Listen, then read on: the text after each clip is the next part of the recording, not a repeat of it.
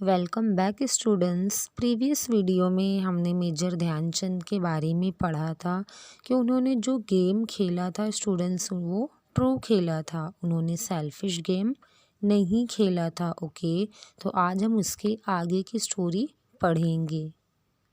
The German strategy had proved fruitless. A defeat stared them in the face. Some of the frustrated German players then resorted to a rough game.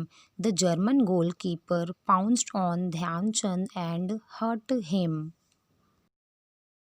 But Dhyan Chand was a true soldier. After a little first aid, he immediately returned to the field and held the spectators spellbound with his game. At last, he scored the last goal of the match just as the game drew to a close.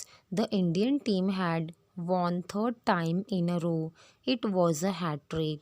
Indians were the third time winners of the Olympic gold medal. Students, इसमें ये बताया गया है कि जो German players थे तो उन्होंने स्ट्रैटेजी अपनाई थी। ओके, शॉर्ट डिस्टेंस की। ये फ्रूटलेस मीन्स मीनिंगफुल साबित हुई, यहाँ पर कोई बेनिफिट नहीं हुआ।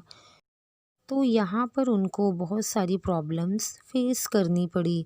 तो जर्मन प्लेयर्स यहाँ पर स्टूडेंट्स नर्वस हो गए थे बिकॉज उनके गोल नहीं हो पा रहे थे। तो उन्होंने रफ गेम खेलना स्टार्ट किया। जर्मन गोलकीपर ने ध्यानचंद को हर्ट किया, उनको तकलीफ दी। बट ध्यानचंद ट्रू सोल्जर थे। ओके स्टूडेंट्स, उनको जो भी प्रॉब्लम्स आई थोड़े से फर्स्ट एड के बाद उन्होंने स्टूडेंट क्या किया, फिर से रिटर्न अपने ग्राउंड पर आगे खेलने के लिए।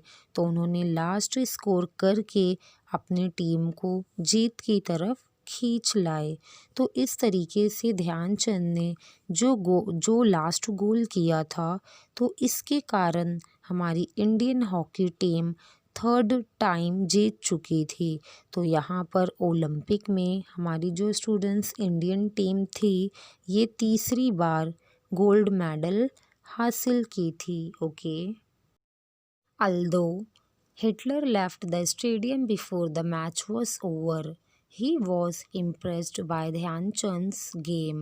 It is said that the German dictator had offered Dhyan Chand a higher salary and rank in the German army if he agreed to play on behalf of Germany, but Dhyan Chand turned down the offer. After the celebrated victory in the Olympics, Hitler awarded a special gold medal to Dhyan Chand. Students, तो यहाँ पर match finish होने से पहले ही Hitler ने stadium छोड़ दिया था। ओके, बट ये ध्यानचंद का मैच देखकर काफ़ी इम्प्रेस हुए थे। और जो डिक्टेटर थे तो उन्होंने ध्यानचंद को बहुत ज़्यादा सैलरी देने का ऑफ़र किया था और जर्मन आर्मी में आने के लिए स्टूडेंट्स इनवाइट किया था। और वो चाहते थे कि ध्यानचंद इंडिया की तरफ से नहीं, जर्मनी की तरफ से मैच खेले। बट ध्यानचंद ने उनके ऑफ़र को रिफ्यूज़ कर दिया। तो इस तरह से जीत का सेलिब्रेशन हो गया। उसके बाद हिटलर ने ध्यानचंद को एक स्पेशल गोल्ड मेडल दिया। Okay students, You may be aware that hockey is our national sport.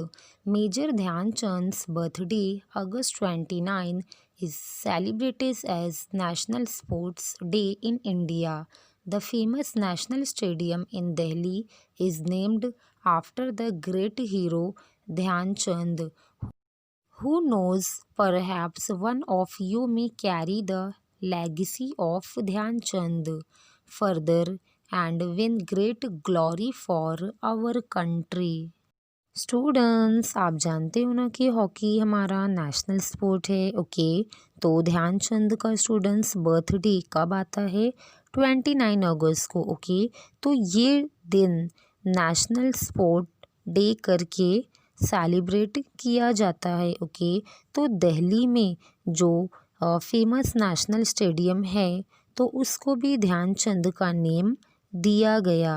Okay students, और क्या पता कि आप लोगों में भी कोई एक ध्यानचंद होगा जो हमारी कंट्री के लिए खेलेगा और हमारी कंट्री के लिए जीतेगा।